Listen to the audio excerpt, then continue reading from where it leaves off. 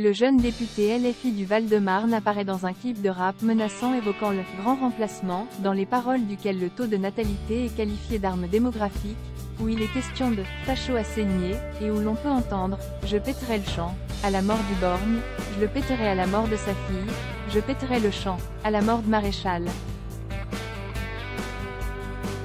Il fut un temps où les jeunes rappeurs avaient du talent.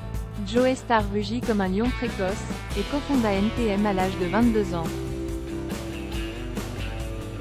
Frère de Vincent Cassel au moins aussi talentueux, Mathias Cassel, alias Rockin' Squat, se fit connaître avec le groupe Assassin vers l'âge de 20 ans.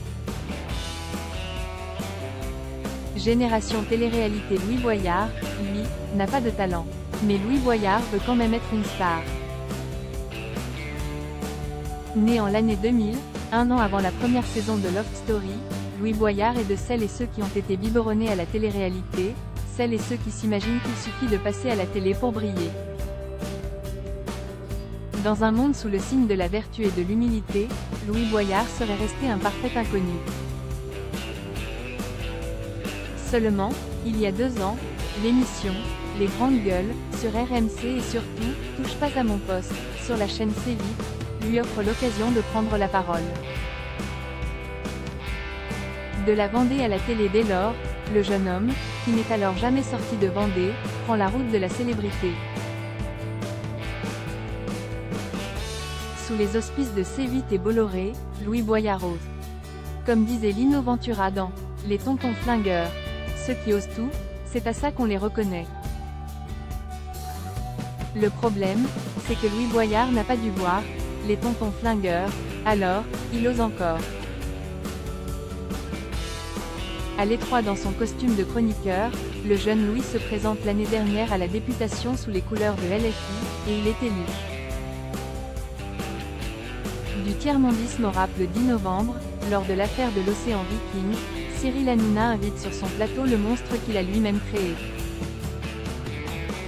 Le député LFI, qui n'a sans doute jamais foutu les pieds de sa vie dans un pays du tiers-monde, ni en Amérique centrale, ni en Afrique, ni dans un pays communiste, et pas dans un hôtel de la Havane, dans la campagne cubaine, camarade, se fait le chantre du tiers-mondisme. Récitant une série de lieux communs qui nous font regretter Frantz Fanon, le jeune Louis s'en prend alors au grand patron propriétaire de C8, qui l'accuse de DE accent aigu Forester le Cameroun.